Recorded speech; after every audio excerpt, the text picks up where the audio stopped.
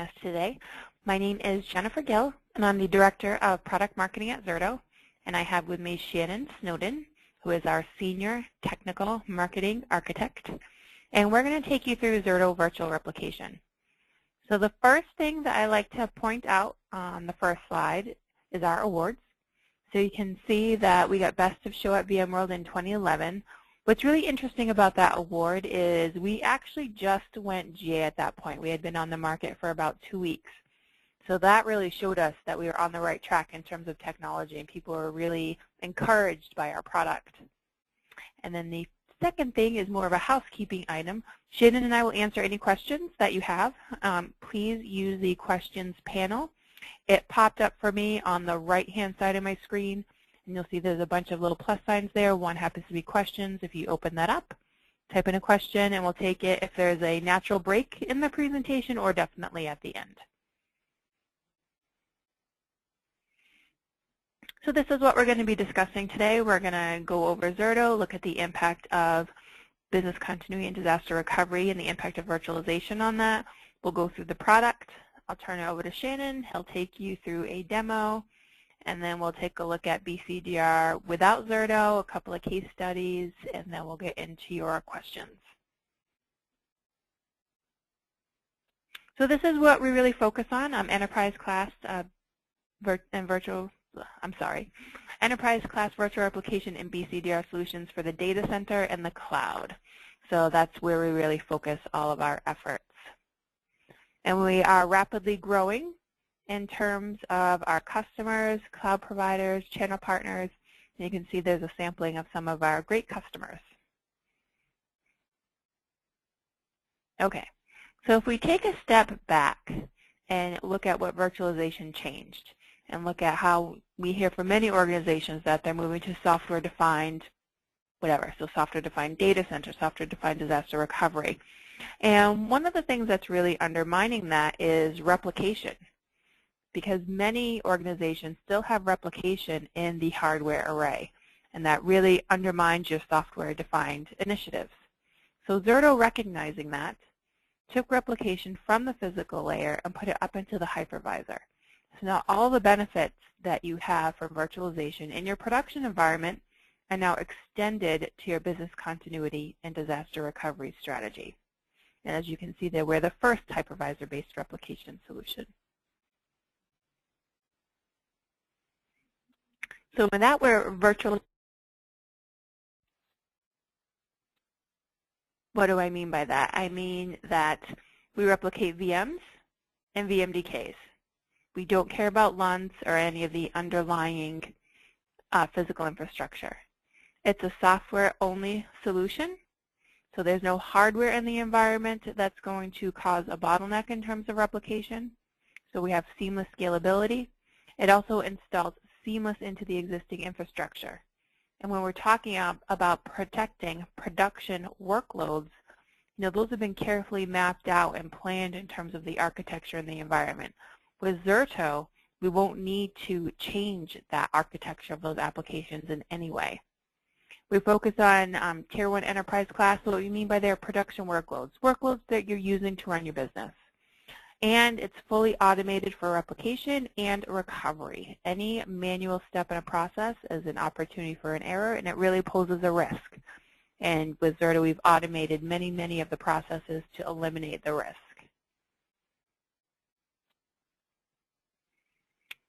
So here we're going to go through our architecture. So here we have a simple overview. I say simple because here we have 2 sites. And Zerto is able to replicate between multiple sites.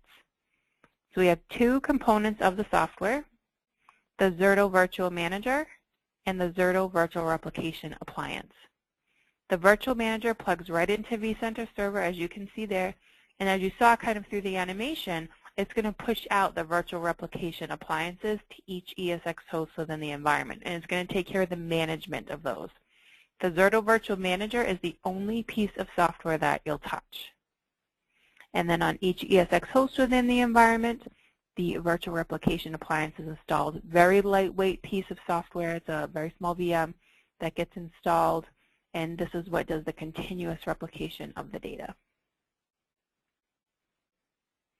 So one of the things you can see there is we have many different types of storage.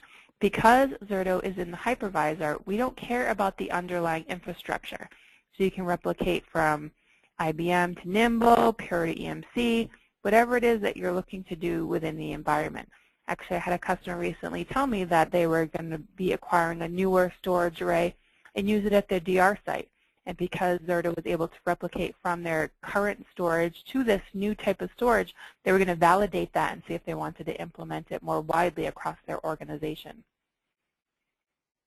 Highly scalable, so I talked a little bit about that already. But on each ESX host, you just put that virtual replication appliance, and that's what's going to manage the replication for you. There's not a box installed in the environment that when you have 5 ESX hosts probably works okay, but then when it happens when you get to 8 or 10 or 12 or 15, that same physical appliance is now really can cause issues within the environment. And I'm going to turn it over to Shannon to talk about our very aggressive service levels. Thanks, Jen.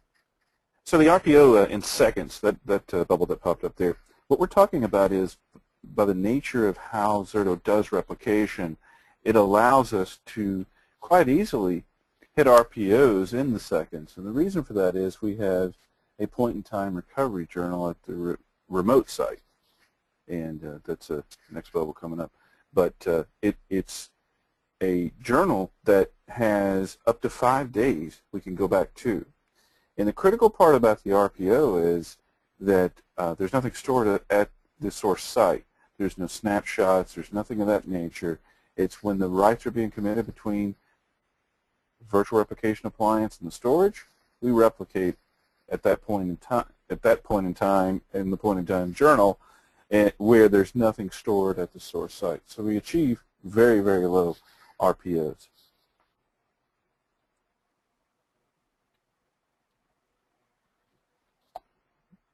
In between the sites, we have bandwidth compression.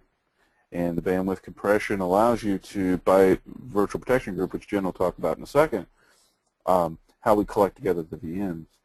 We're able to designate whether we want that to be compressed, or if you're running something like a Silver Peak or some other type of WAN optimization hardware, then we play along with that as well too. You can just simply uncheck the box that does compression, and I'll show you that in the demo.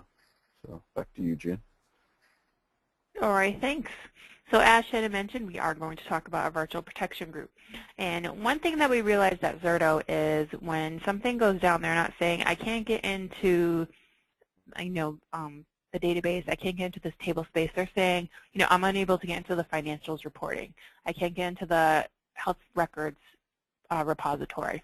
I can't get into SharePoint. I don't have access to all the information that's in there. It's at that level. They're not really asking about the underlying infrastructure.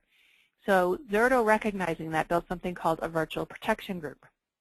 And what this is a group of virtual machines that comprise an application. So for example, you're a customer resource management software. There's a bunch of VMs that support that. You just identify those VMs, you put them together in a group, and no matter where they are in the environment, Zerto will protect those exactly the same, giving you consistency across that group of VMs, which is critical for recovery. Within this virtual protection group, you can set things up like boot order, so maybe the database server up first, then the application server, then the web server. You can re-IP, so if you need to have a different IP address at the target site compared with the production site, that will be taken care of automatically as well. And then as Shannon mentioned, you can set up, do you want compression on the replication for this group or not? So those are other things that you can set up within the environment. Now let Shannon talk about some of the other features over there on the right-hand side. Thanks, Jen. So as we see in the in some of the features in the list, is we do support the native VMware, vSphere, vCenter operations. And that's very unlike most of our competition. They may be able to work with some of it, but we work with all of it, even including vCloud Director. And then as we have on down the list, our VSS support. In fact, there's a question on application consistency, Jen. So VSS support does that. So if you have an application in Windows that quiesce, let's say, SQL, then leveraging the VSS snapshot, we're able to do an application consistent checkpoint. If you have Linux, the application that needs quiesce is quiesce, say like an Oracle database, then we're able to get an application consistent checkpoint from there as well, and that shows up, as I'll show you in the demo, as a checkpoint that you can choose to recover to. Jen? Great. Yeah, I'm sorry, I wasn't looking at the questions, so you were cheating, Shannon. Okay, so we've talked a lot about the data, grouping the VMs, replicating, making sure everything's set up for replication. But now we really want to make sure that it's usable. So I don't know if you saw when we first pulled up the slide, but all the information kind of floated over to the secondary site, and it sits there waiting to be used. We don't have shadow VMs. So in the event of an outage, so Zerto will automatically begin to build those virtual machines on the target site. So leveraging the boot order, re-IPing, those other steps that you've already set up within your virtual protection group, that's how we're able to get it to be so fast. I mean, we have customers who see recovery time objectives, sub 3 minutes, 5 minutes. That kind of information is available to them. And how they know that is through the DR testing. So you can click to test any time. So I have a customer who knows it's going to take him 2 minutes and 43 seconds to recover his SharePoint infrastructure. So how the testing is done is it's within a test network, within your environment, on the target site. So this will be kind of an insulated network, also set up as part of the VPG. But this test happens without affecting production. There is no impact to production whatsoever. And during the testing, replication is always occurring. So in the off chance that, excuse me, in the off chance that you have an outage on the primary data center, in the middle of your test, you can stop your DR test immediately and do the actual live failover. So it's completely non-disruptive, and this is great for auditors.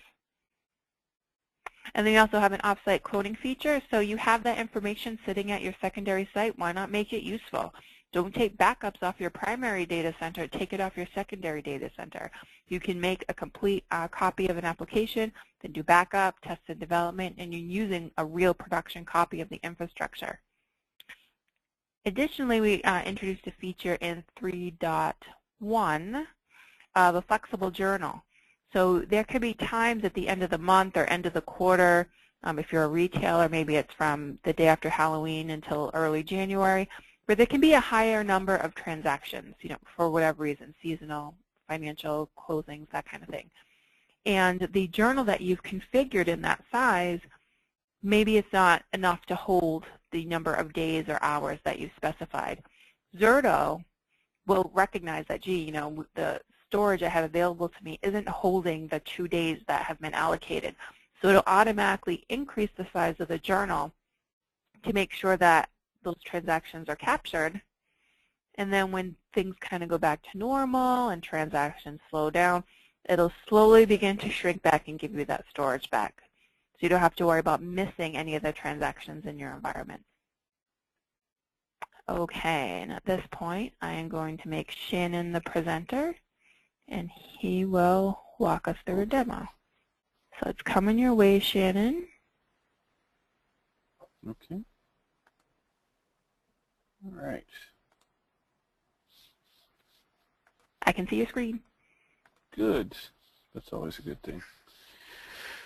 All right, so let's get acclimated here. The first part is the primary site. So let's say this is our primary data center, and this is could be the target location, could be the source location, because if I look at the summary of the Zerto plugin, so let me take back a step. We're simply a plugin into the vSphere client. So if you go to Manage Plugins, you'll see that there's a Zerto plugin, and that is part of the design focus is to keep this as straightforward and as intuitive to VMware administrators and server administrators as possible, because you've got enough tools to learn already. Why complicate things if we don't have to? So we make it a plugin, and we also ending web UI browser-based management. And so let me pop that up. A little bit delay there. So let's go to that tab of the primary site, and if you notice, it's the same interface, it's the same look and feel. So you have that level of management from a web UI as well. Let's take a little bit of tour while we're in the web UI. Let me make it a little bit bigger so it's easier for everyone to see.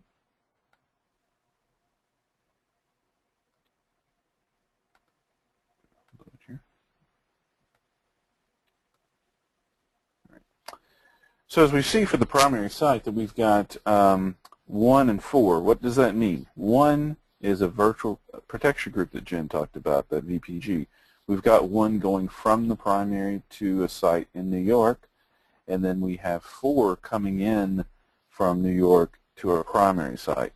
So this tells me a couple of things. It tells me the number of VPGs, but it also tells me that things are successful because I've got that I'm meeting my SLAs, and it also tells me that this is a bidirectional capable product out of the box, and that's one of the things that regardless of where your VMs are located, that point Jen made on anywhere to anywhere, it starts making a little more sense because we're hypervisor based, so we don't have the constraints of having to match hardware at any level. All you need is vCenter, at least one of them, and then some ESX host, and then you're in business.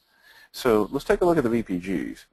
Now these are the virtual protection groups that I've already configured for protection. So we notice that their status is on the left, and then I see the direction that they're coming from and to by the arrows. Then I can edit, and I can actually delete them from this one interface. Product of working with large environments, and Jen talked about the Tier 1 and the cloud provider adoption rate that we've enjoyed. And part of that is learning how big environments need to manage a lot of protected machines. And some of that shows up in this interface. One of them is the little funnels there. We can start filtering by specific VPGs, by specific priority levels, different looks to where I can find that information quicker, because as you can imagine, this being my small demo environment, as you get into a very large environment, this is maybe pages and pages of virtual protection groups that you're looking at, so you need a way to filter it. What this shows me here too is that the priority level of the VMs, we'll talk a bit more about that in a second when we configure our virtual protection group, the number of VMs being protected, and then the source site and target site where it's located and where it's being protected to. And then we get into that actual RPO. So the RPO of these virtual protection groups is down in the seconds. Now, admittedly, this is a demo environment, but it is not unusual at all to see in production environments with real servers doing real work that this still be very low in the low seconds, 10, 15 seconds sometimes, RPO. It's not unusual at all. And keep in mind how that's possible. We're not storing up anything at the source side and then having to do a big bulk replication. We actually replicate per virtual replication appliance, per host, per VM as it happens. So it's very elegant as far as how it uses bandwidth. One of the things that we hear often is we use a lot less bandwidth than they were expecting us to use. And that's because at each host, as the virtual machines are doing write commits, we are replicating it. Okay, so let's look at a deeper view of this. Here's the virtual machines themselves and their metrics, how much storage is being used, what their actual RPOs are individually and their own status, and the last test that we did with them. Now, those virtual replication appliances, it's important to be able to manage them as a group, such as I need to do an upgrade. So instead of having to do a very cumbersome one-at-a-time thing, I could select the entire production cluster, because remember, I've got 3 hosts in this cluster, and then I've deployed a VRA to each one of them, and I'm going to perform some actions such as do an upgrade, or I could change the password. There's no upgrade available right now because I haven't installed any later version of Zerto Virtual Manager for it to go, oh, there's an upgrade available. So we're all green lights right now. Now there's one here that's grayed out because I'm not selecting a specific one, but this change recovery VRA. The source side, if I'm replicating out and I need to take the host, the ESX host, down for maintenance, all I would have to do is vMotion the virtual machines off, and those virtual machines would vMotion over to another host in the cluster which has a VRA on it, and that VRA will do the replication. Or if I have DRS in automatic mode, it will evacuate the VMs to other hosts in the cluster, and then the replication will continue from the source side to the target. And then I can put that source side host into maintenance mode.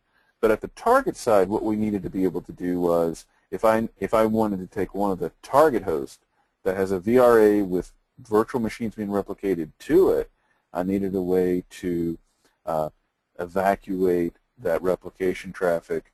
Essentially, it's the equivalent of like a vMotion, the replication traffic away from a VRA that's on a production host on the target side that I want to take offline.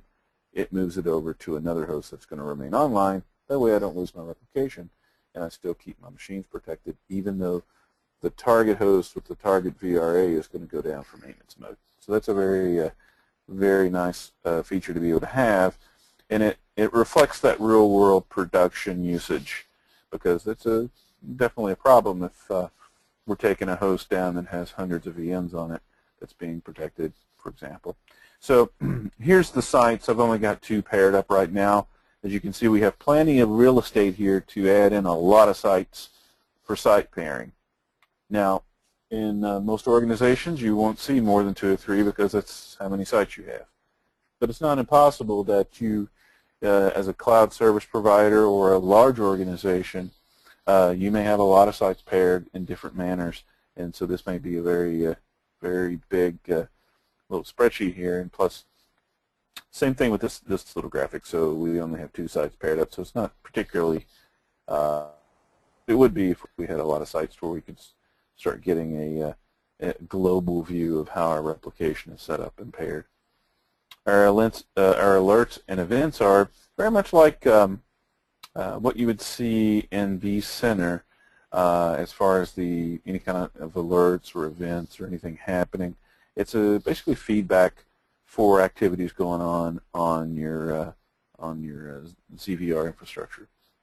Okay, so that's a bit of a tour. Here's reports, and Jen has a little slide on that later. So we've got some very robust, detailed reports she'll cover. So let's do. Let's look at creating a VRA. So that's that. Not a VRA, a VPG, Virtual Protection Group. So I'm going to go over to New York, and notice with the browser-based, I'm doing this from the browser-based, but as a reminder, I want to pop back over to vCenter. See, there it is, and there's the vSphere plugin.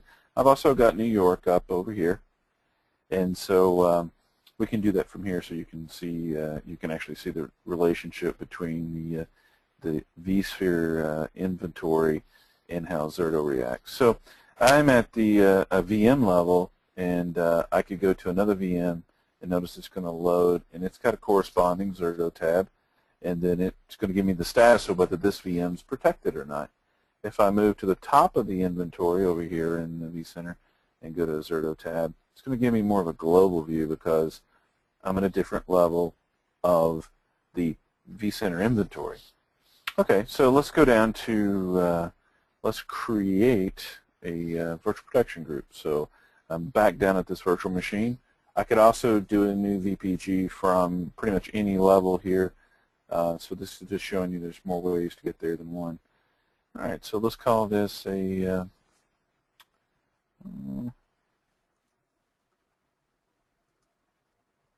Windows app. I'm going to go down and change this to custom.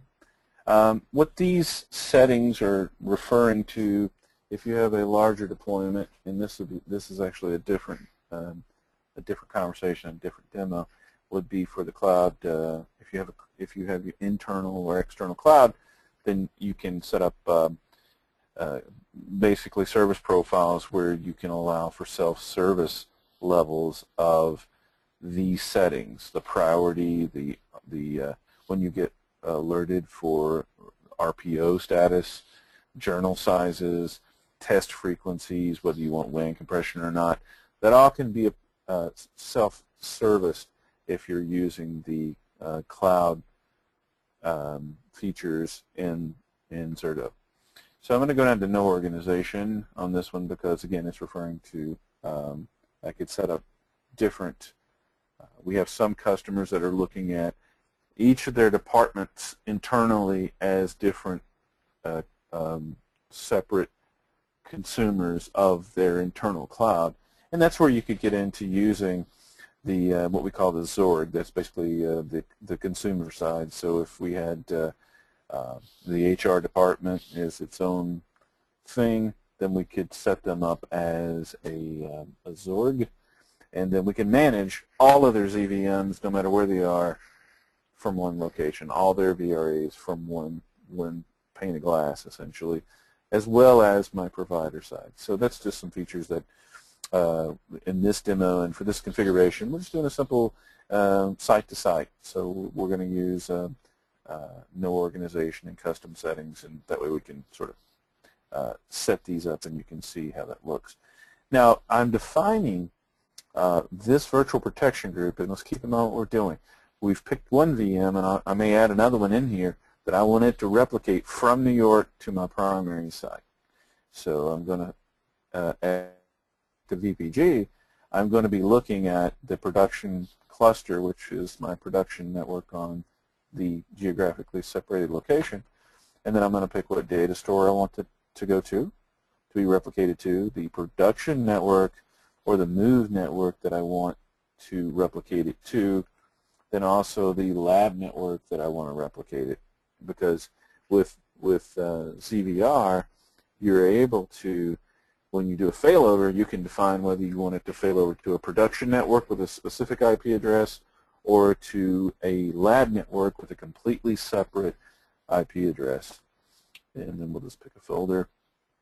So now I have one VM in here, but I could certainly add in more virtual machines. If they're not protected already, I can pick another one. And then we can see something, see as it populates, I'm just adding more and more virtual VMs to this VPG.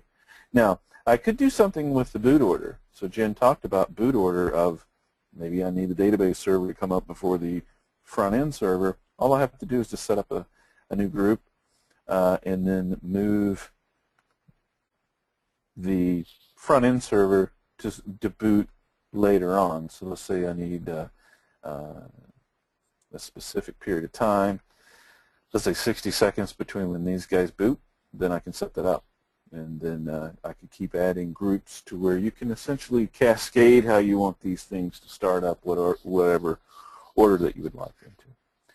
Now let's look at the some configurations of the VPG itself. Now the priority level is for the VPG. Think of it as the inventory inside of vCenter, where as the VMs themselves, relative to the other VMs, they're either more important or less important if we put some sort of priority to them.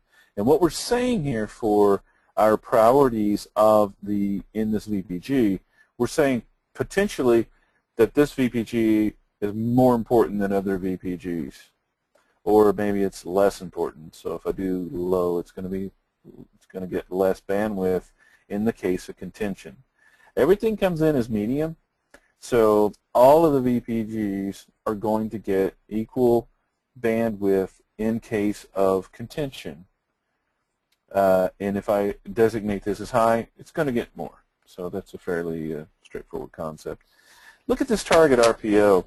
It defaults here at 5 minutes, and what that is that's the alert. So that means when when we're exceeding 5 minutes, I'll start getting alerts from Zerto, and those can be routed either directly from Zerto or through vCenter alerts if you've got that set up.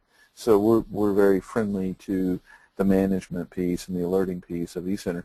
And that's when you're getting an alert that you're not meeting our minimum default level, which is 5 minutes, which is pretty amazing. There's a lot of products that struggle to get to be able to advertise 15 minutes, but in reality it's more like an hour or so because of the way that they're actually doing the replication is still snapshot based. It may be a variation of snapshots, but it's still the overhead on the production side of trying to snapshot and then queue it up and then replicate it. And we're not doing it that way. So we have that very aggressive RPO level that we've covered in the slides. The default journal history is going to be 4 hours, but we can certainly extend that up and keep extending it up to 5 days. So that's how we would go through. We can change the size of it. We can change a lot of the parameters of the journal, and we just do that by this VPG configuration. And then this test frequency is when, if you have a service level agreement that you are to test this failover every 3 months.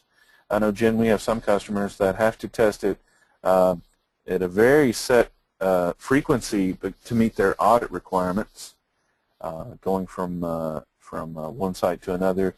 This is where they can set up a reminder that they'll get alerted that, hey, it's been 3 months. You need to test this failover. And then this is the WAN compression button that we were talking about earlier, of how easy it is to turn it off and on.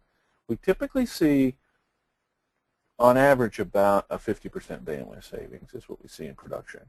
Now, some's higher, some's a lot higher. Matter of fact, it depends on the profile of what's being replicated, and some's lower. So a good average to call it would be around 50%. Now, while I was talking, I selected a virtual machine, and now I want to look at it at the VMDK level. Okay, so we are replicating VMDKs. That being the case, if you have multiple VMDKs attached to a virtual machine, you may want to do something with one or more of them that's different than the default, which is we have a default data store it's going to, but perhaps this VMDK on this VM I need to do something with, such as identify it as a swap disk, which means that it is a caching disk, and I really don't need to replicate cached data or swap data. If that's the case, then I would just check that box, and then I'm able to get the initial sync in a protected mode, and then Zerto won't replicate that disk anymore if I've checked that box. Now the next is, let's say I need to have this specific VMDK go to faster disk because it's a database server, or it's for whatever reason. I need this specific VMDK to go to faster spindles or SSDs. I can do that here at the granularity level of a VMDK inside a single VM, and otherwise a larger virtual protection group with a lot of VMs in it. So that's how the level of granularity that you can get to.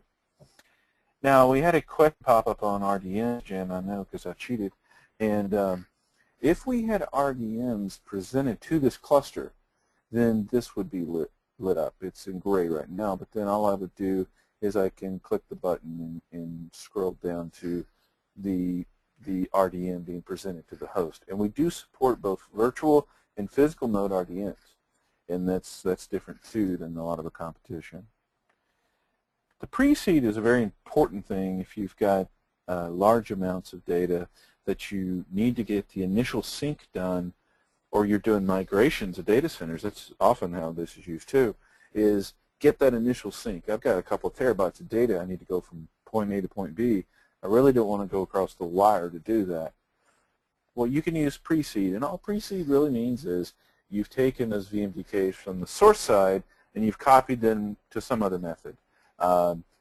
NAS device, perhaps tape backup, and you're utilizing that.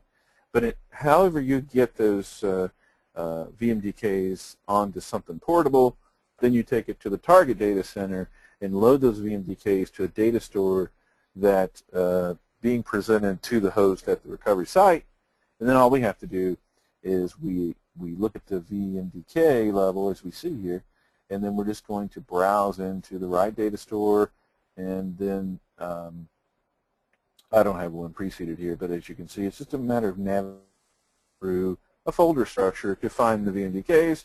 Then you hit save, and then we're going to do a delta sync. And so all of that data that you've got over there, you just need the changes between when it was transported and what's on the production, and that's what we'll replicate. So it's very efficient.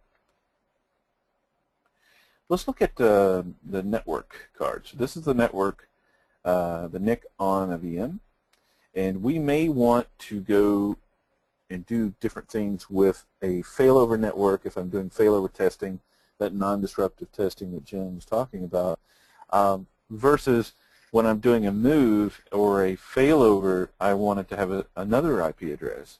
And you do that here. So you change it to whether you may have, you go to static, you use DHCP, you could change the virtual switch, and so I pick the one I want it to go to, and then I can change the IP address, and that's going to happen for this VM during the failover.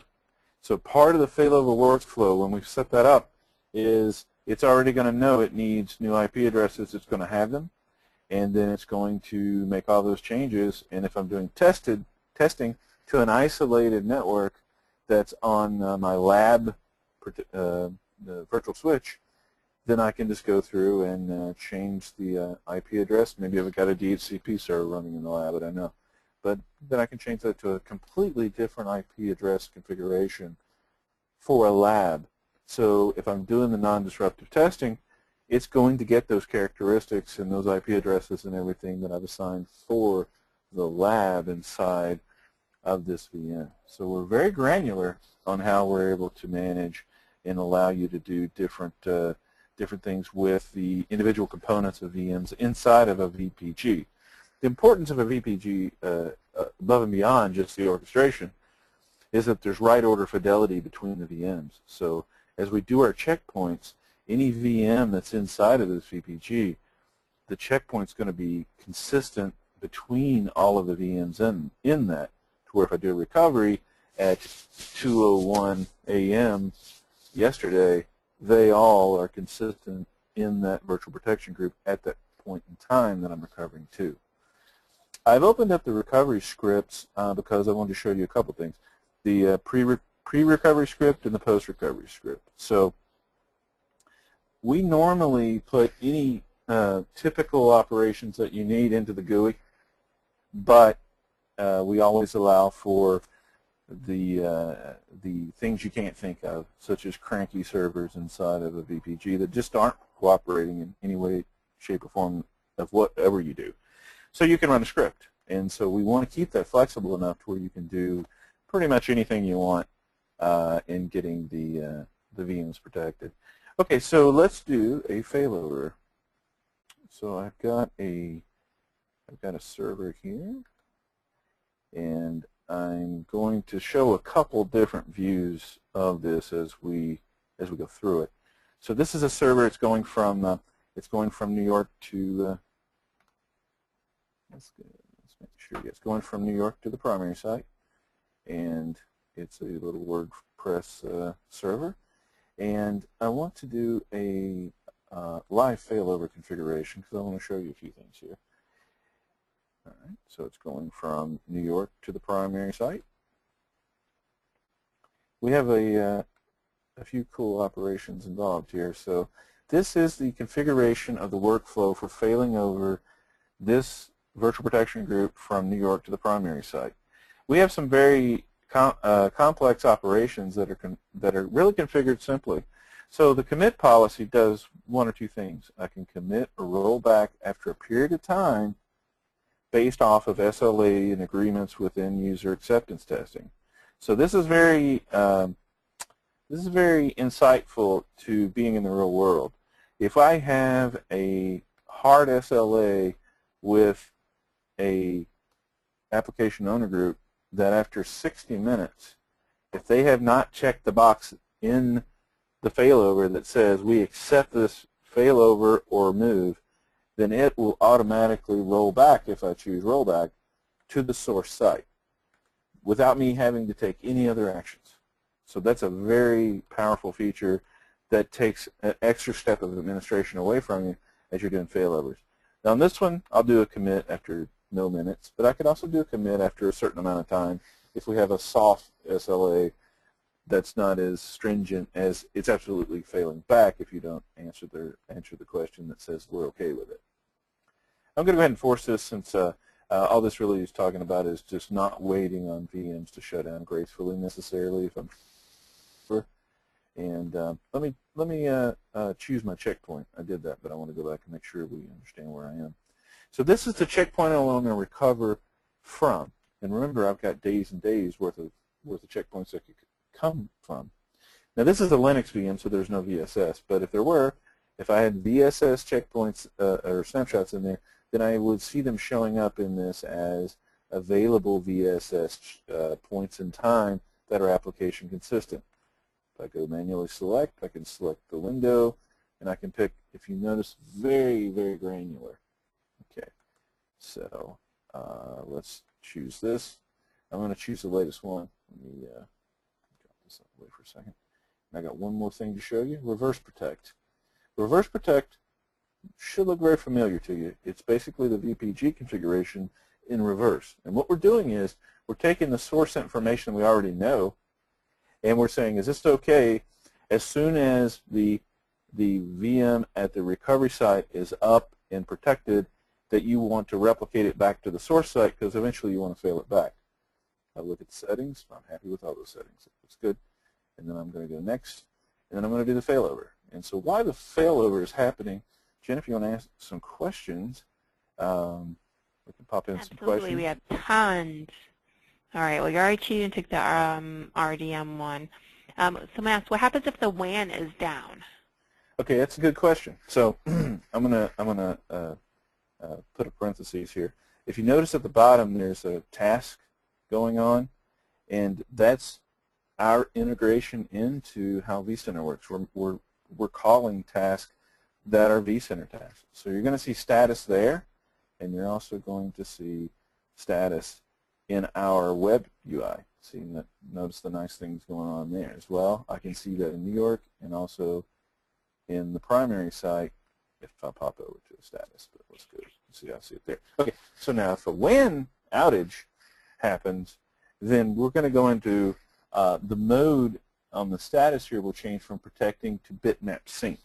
And what bitmap sync is doing is it uses at the source site, that VRA on the host, uses a fixed amount of memory to track all the changes that's happening on its host. It's fixed amount of memory. It never changes the size of memory, and we can track from hours to days. We just track it larger blocks as the longer duration time happens, but it's at a fixed amount of memory. And as soon as you restore the connectivity, then we do a delta sync, and you're back in business. Okay, do we have time for one more? Sure. Okay, now can we're in, Zerto coexist? Okay. Yeah, we're in delta sync right now, so that's it's up and running and doing a delta sync. So while the delta sync happens, we got plenty of time for questions.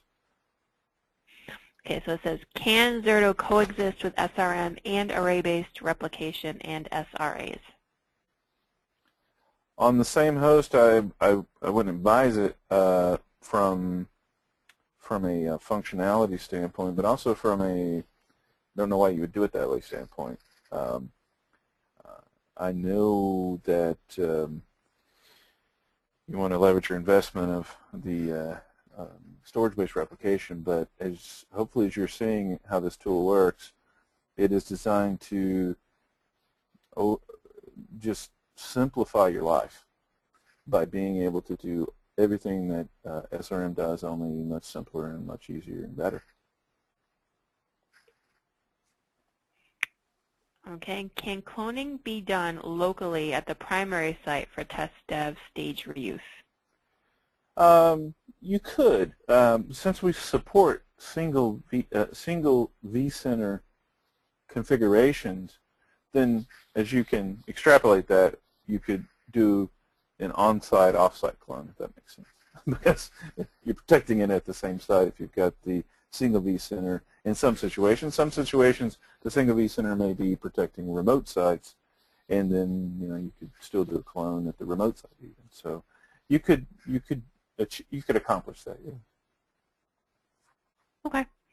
And then can we set RPO to 4 or 12 hours? You can. That's when you're going to be alerted.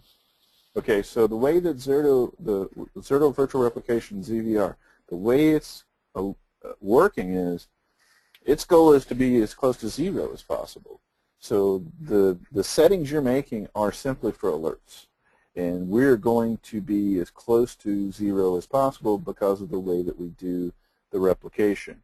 There's no advantage of trying to throttle it any other way because we're efficient in our usage of the network as it is because we're only replicating committed changes, and we're not. So there's a lot of efficiencies there, and it's just the only other way you could throttle it is like pause replication for a long period of time, and we would not recommend those type of operations.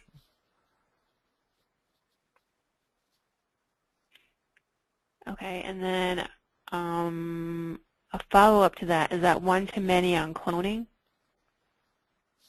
Well, you couldn't split it at the same time. You could definitely clone it more than once because those are true clones. So whatever you can do with the clone, you can do with our clones. Because what we're doing is, you see in these vCenter operations down here, when you do an off-site clone, the advantage is it's already replicated and off-site, and you can pick a point in time you want to start the cloning from. So all that's done. And then the VPG, so if I want to do extended testing, I would just clone the whole virtual protection group. I could do that more than once if I needed to. And so all this Delta Sync, Jen, this is really everything I wanted to show in the demo part. So I want to make sure we can answer questions. You can do slides, whatever order you want to do in now. Because all we're doing now is Delta Syncing. So we failed it over, and it's done. It's up and running at the production site, which is the WordPress server here, and it's now replicating back to New York. Okay. Well, I will take back the controls, but why don't we do one question while I'm transitioning? Okay. And it says, does Zerto negate the need for backups by providing rollback to multiple points in time?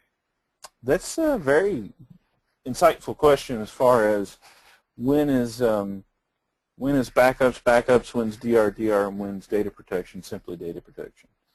And if 5 days is sufficient for you to go back in time to, and also combine that with the offsite cloning capability at any point in time in that 5 days to where you can essentially archive it, then you're shifting more into a data protection situation. Okay. So I have just a couple more slides I want to run through really quick. We do have, I think, plenty of time. There's only a couple, well, right now there's only 2 questions, but as you know, more can come in. So just to highlight some of the other capabilities of Zerto, so we can do multi-site replication and migrations.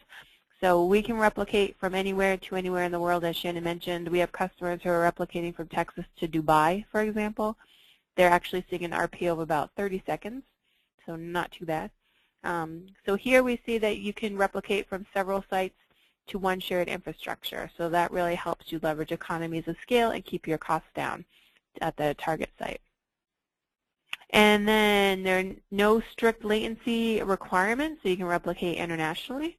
And you're able to replicate bidirectionally as well. So it's not just, you have your production site and your DR site. You can have production in both sites and then replicate between the two.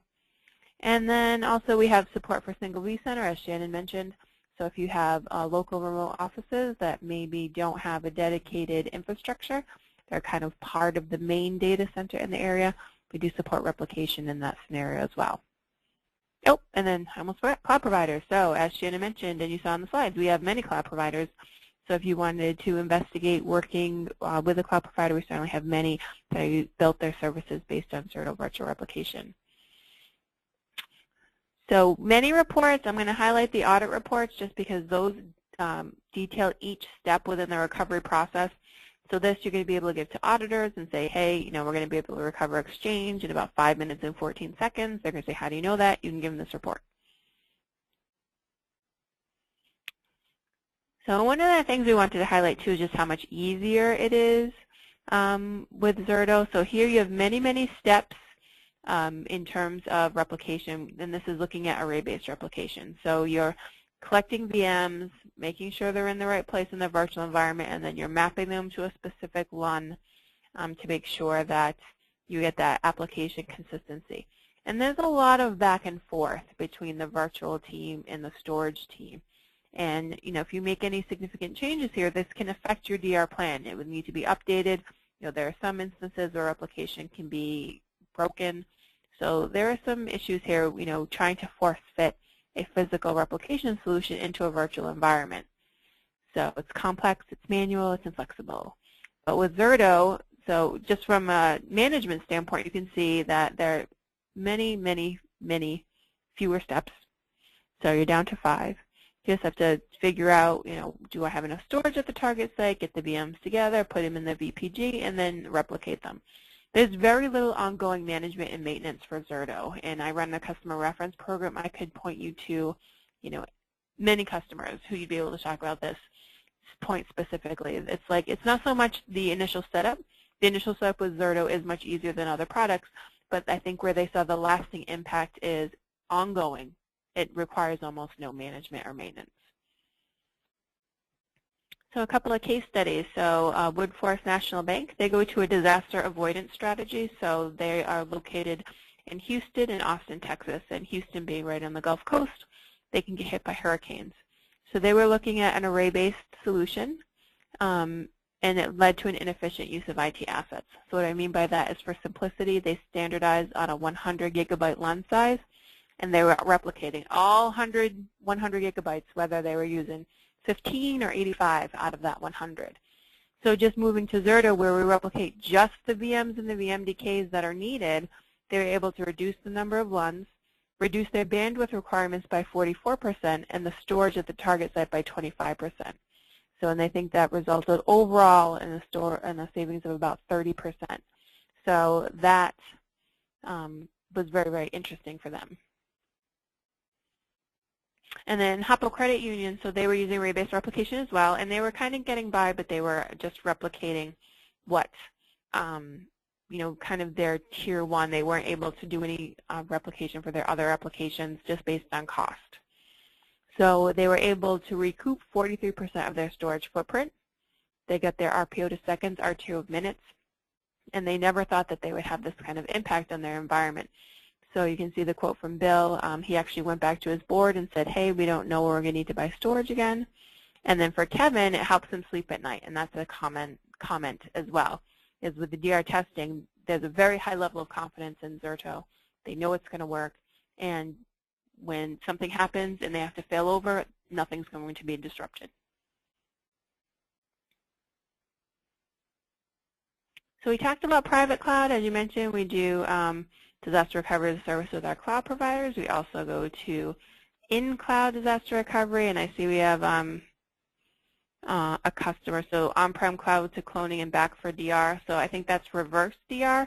We do have some cloud providers who are providing that as well. So the DR as a service traditionally is the production environment is in the corporate data center, and then the disaster recovery site is in the cloud provider. Some do production in the cloud provider and then DR back to their site.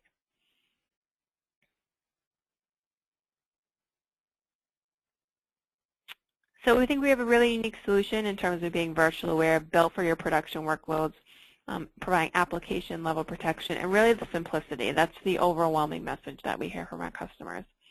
So we do have a few minutes left, so we're going to take a couple questions. If we don't get to your question, because quite a few more have come in actually, which is fantastic, feel free to email Shannon or myself, and we can absolutely follow up with you with the answer. So Shannon, the question, I think you and I could probably answer this one together. So what are the key differences between Zerto and other VM backup and replication products like Veeam? So I don't know, Shannon, what your opinion is, but I would say probably the biggest difference is the replication mechanism itself. So as Shannon mentioned, we do continuous block level replication. That's how we're able to deliver that very, very low RPO. And Veeam leverages snapshots. So it's not a bad way of doing things, it's just a different way of doing things. So that can put overhead on the application. So if you need an RPO that's very low, you can't really afford to take snapshots often. You can't do them every 5 or 6 seconds. They're more like, every couple of hours or so, just because of the overhead they put on the application. So Shannon, I don't know if you want to add to that? I do actually. I think that's very relevant as far as the replication. It's significant. But let's add the layer of orchestration. So if I'm in a failure event, if I'm trying to use a backup product to restore my servers, it's a very bad day. Because if I've got groups of servers that need to come up at a certain amount of time, I need to orchestrate those failovers. It's really where you start seeing the limited use case of trying to use a backup product for a disaster recovery solution. And having that orchestration where the workflows are already set up, you've tested your failovers, such as what Jen was talking about, with we have customers that know the exact amount of time it takes to come up their SharePoint servers, less than 3 minutes, because of non-disruptive testing, because they've got them in virtual protection groups. They've got everything orchestrated and tested to where they can confidently push the button and the failover, and it's going to happen in an orderly fashion. With backup products, you're trying to assemble back from backups, and you're restoring that. That's time-consuming, and then that's only one or a few servers. If you have multiple servers, it really becomes a nightmare. Okay, and here's one more question. I think it'll be our last question, unless one more comes in, we can sneak it. But Shannon, so someone's asking, does the Zerto VRA convert VMware VMs for VMware recovery into cloud post-replication, or is there an additional conversion endpoint steps required to recover in the cloud? Actually, it's an insightful question to understanding where we are. And where we are is at the hypervisor layer. So we aren't up in the virtual machines, and we're not down in the storage. We are actually replicating the virtual machine VMDKs as the writes are happening. So we actually create the VMDKs at the target site by virtue of configuring that VPG, and when we fail it over, as Jen showed in the slides, we present those VMDKs to the inventory along with the server configurations. We start the servers up. That's why it's so fast to be able to recover the short recovery times. That the VMDKs are already at the target site and they're replicated, and it's just a matter of adding them to the inventory at the target site and starting them after we've shut down the source side VMDK. So as long as they're virtual machines, we can replicate them. Yeah, and this person was also asking about Amazon cloud support. So I think, I guess to kind of clarify, I don't know that it's kind of funny that we're at this point in the webinar, Shannon, neither one of us has mentioned this yet, but right now we work in VMware environments. So we do vSphere to vSphere, vSphere to vCloud. You can do different versions of vSphere. So for example, if you are working with a cloud provider and they happen to be on vSphere 5.5 and you're only on 5.0, we can still do that replication for you. But right now we all are a completely VMware service offering, product offering. But I will say, if you go back to our website and check out one of our press releases from February, and we put some forward-looking statements there. And we did have a couple on cross-hypervisors and, public clouds. So, you kind of have to stay tuned to see which one we pick. But, we are looking at other options in terms of replicating between different kinds of hypervisors and to different endpoints. So, okay, well, thank you, everyone, for staying on 1 minute past the hour. I really appreciate it. As you can see, we are recording the webinar, so we will have this posted on our website early next week if you'd like to watch it again at any time. And also, our emails are up there as well. Myself, Jennifer at Zerto.com, and Shannon at Shannon.com. So feel free to email either one of us if you have any other more detailed questions that we were unable to get to today. So thank you very much and have a great day.